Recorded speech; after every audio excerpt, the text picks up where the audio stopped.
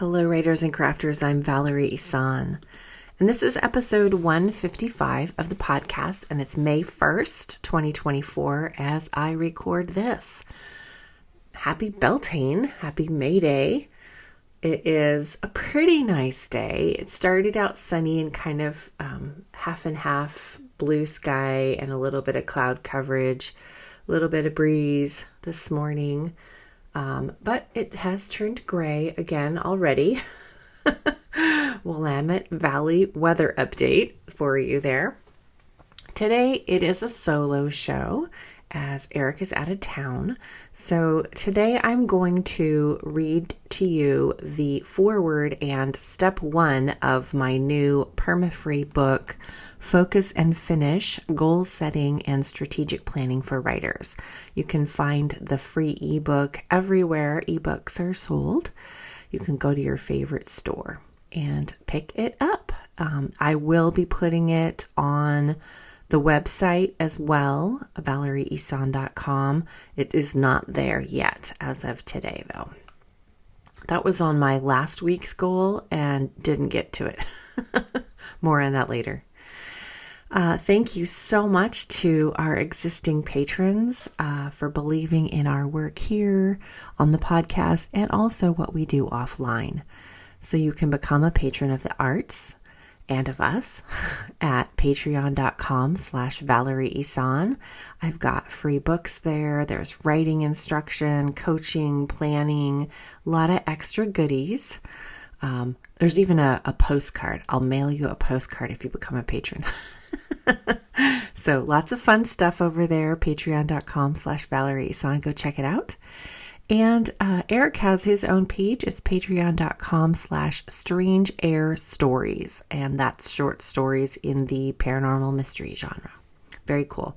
And I like his inspirational videos too. He talks sometimes about what inspired him to write the particular stories. And those are always really interesting. So go check out that. Patreon.com/strangeairstories. Links are in the show notes. For announcements, I'm just going to do a plug for Eric's new anthology. He's accepting submissions until all the stories are filled. He is going to start reading them today, I think. Today is the day he's going to start reading the stories that have been submitted already. Pacific Northwest inspired horror. You don't have to be from the Pacific Northwest, but inspired by this region. And you can submit those to caretakerpress@gmail.com. You can also go to caretakerpress.org just to read about the submissions. All right, the 2024 WriterCraft Writing Retreat and Workshop registration is open now. There are 3 private tickets left and 3 shared tickets left. You can find out all the information plus the new workshops. I figured out, what the titles and the summary is for the workshops, and I've put that up on this page. So valerieisan.com/retreat. So you can go there and check out what workshops are going to be happening at the retreat this year. So that was really fun, and I updated some of the photos on that page from photos that I took or that the photographer took from last year's event. So it's a nice, pretty page. Go check it out. My 3-story method writing how-to books is out that I co-wrote with Jay Thorne and Ran Reingartner, and you can go wherever books are sold. There's the print and also ebook. And my book also, one last little plug, Focus and Finish, Goal Setting and Strategic Planning for Writers is out now as well. That is going to be a first in series perma-free book. So ebook is available everywhere now, and I will be publishing a workbook edition of it as well. That's going to be in the future. Okay, so my update, I don't know if you've been following me on social media or if I mentioned this even on the podcast. I don't know. It's been kind of one of those. Q1 has been really weird for me. Let's just say that. I'm sure you gathered that already. But So this was just kind of part of the delicious chaos. So we have adopted a new dog, and we always change the names. His original name was Buddy. And so we always change our dogs' names to like incorporate their new lives with us, no matter how old they are. So kind of like not a rite of passage, but I don't know, just sort of a welcoming gift, I guess. So his new name, we are keeping Buddy just for a while, just so he can remember, his name and learn the new one, but it's Buddy Keith Nelson. And Keith is spelled Keith, but it's pronounced Keith because he doesn't have any teeth. So that's kind of a little funny speech impediment. That's so cute for him. Also, Keith also means a state of dreamy tranquility, I think, if you look it up in the dictionary. And he is such a chill dude, you guys. He's old, like the vet guessed 12, but I think he might be closer to 14. So somewhere in that range, but he's still super spry, runs everywhere, jumps up on things. He's not, he has no problems with his mobility at all. He's super, he just runs everywhere. But he's also super chill too. So Buddy Keith Nelson is our new dog. He is little. He's like 13 pounds, but he feels heavier than that.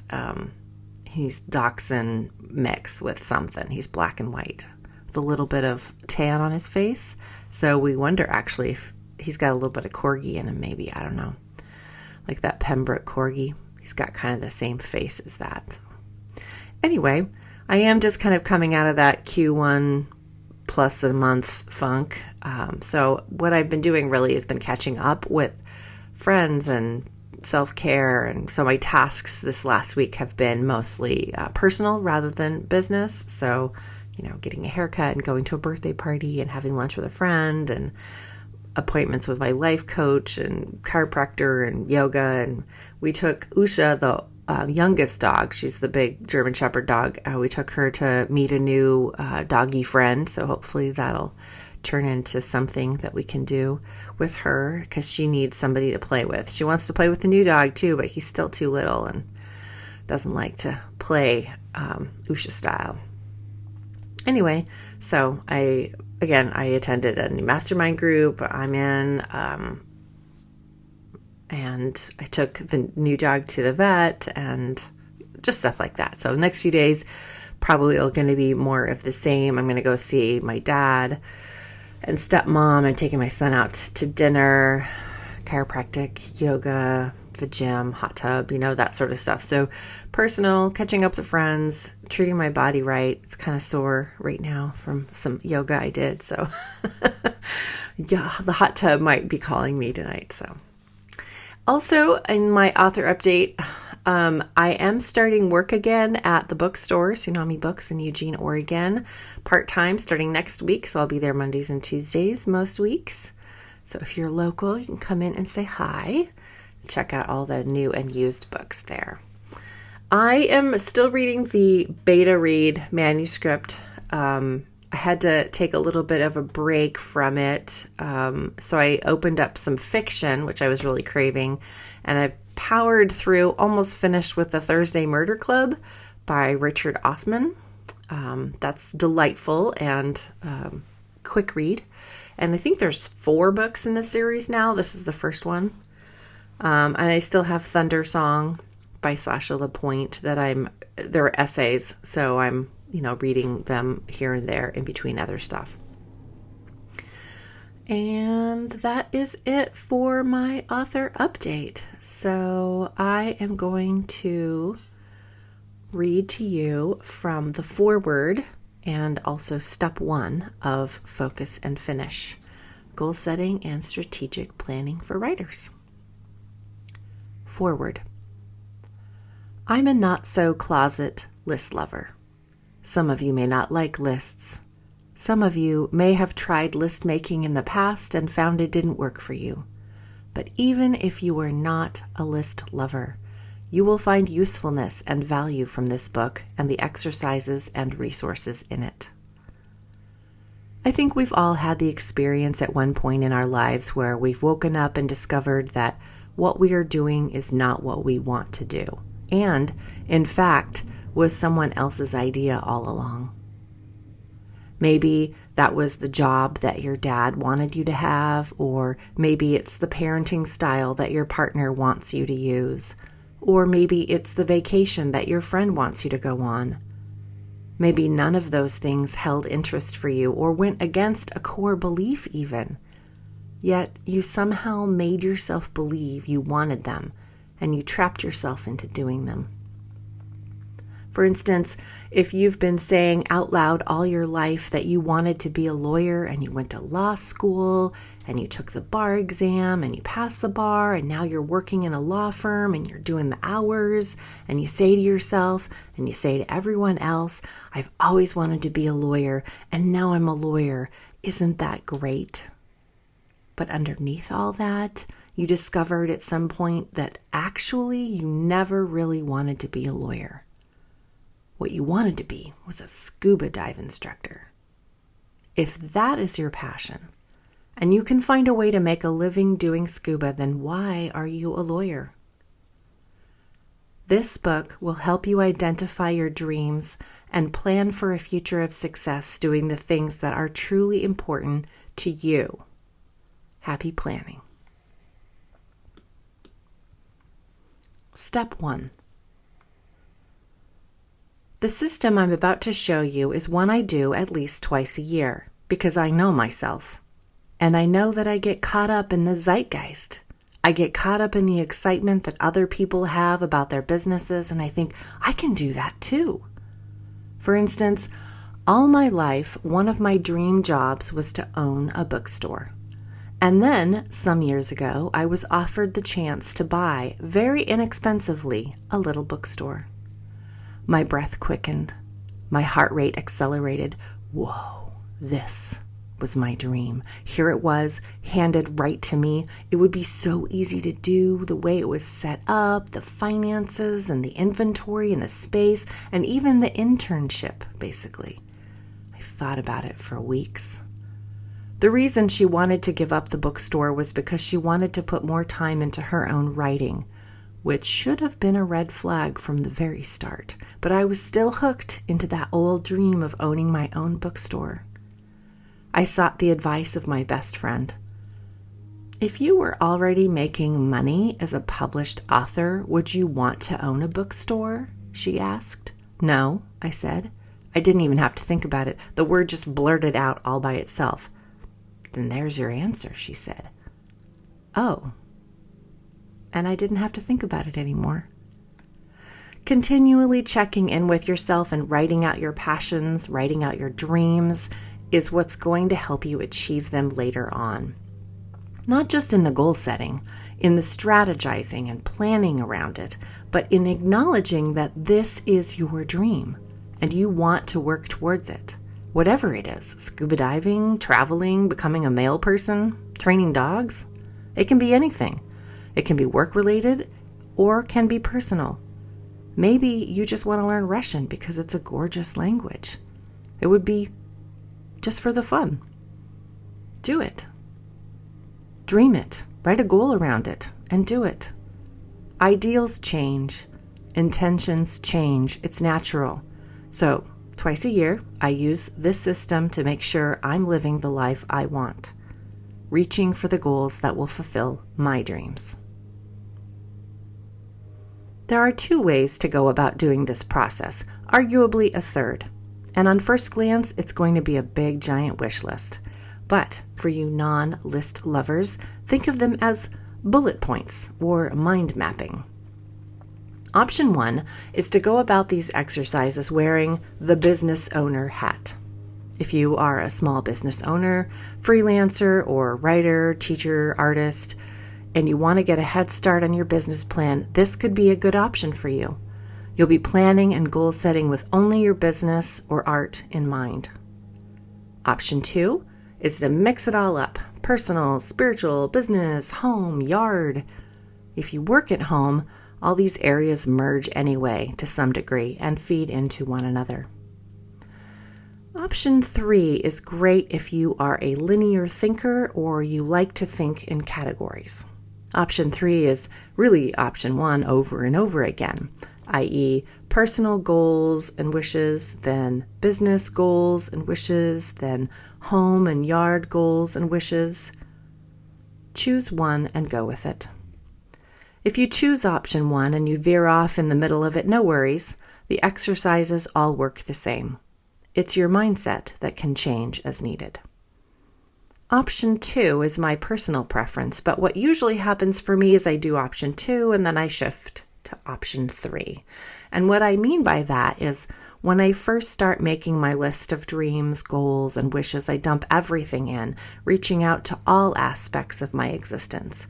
My personal life, my spiritual life, my business life, my health projects, my gardening goals. And then at the end, when I feel like there's nothing left to put on the list, I reach back and look at the categories in my mind, starting with my business. Is there anything in my business world that I'm leaving out? Is there anything that I haven't given myself permission to say out loud on the page? Is there anything that I'm too embarrassed, afraid, or irritated to mention on this list? And I write it down. And then I go to the next category. Is there anything that I'm forgetting about gardening that I want to put on this list? Etc. Okay, let's get started. Get yourself situated where you can be comfortable. And that could mean sprawling on the floor with markers, or at a bar stool with sharpened pencils, or lounging in a chair by the fire with a laptop. You need something to write with and something to write on, and probably a tasty beverage close by. Once you're situated, think about whether you're going to focus on a specific area in your life right now, or let it fly and write down anything that comes to mind. If you decide that you want to concentrate, for example, on your business goals, you could do that. Again, I prefer to lump it all into one. I find that one feeds into the other, and because I'm self-employed, sometimes it's hard to segregate anything out. Step 1. Take as long as you need to write down anything and everything you want. This is the place to let go. No one will see this. Write down all the things. Think magic wand. Think no barriers. Financial, time, reality. This is the dreaming page. If you could do anything, if you could be anything, if you could have anything, what would it be? Maybe think of the dreaming page as your ideal life. What's on the page? What's in the dream life? Your bullet points don't have to be huge, grandiose things, like go to China, although that could be one of them. It can also be paint the shelf in the bathroom turquoise. Big dreams and little dreams. Write it all down. There may be a slight concern that unleashed, this might turn into an 82-page to-do list. Don't worry too much about that, because if that's what ends up happening for you, I have another exercise at the end of step 3 that will fix it. So for right now, in any category in your life, or in every category in your life, write down the things that, if there were nothing standing in the way, you'd want to do, be, see, have, or experience. Tips and resources. For this exercise, you can use any kind of notebook.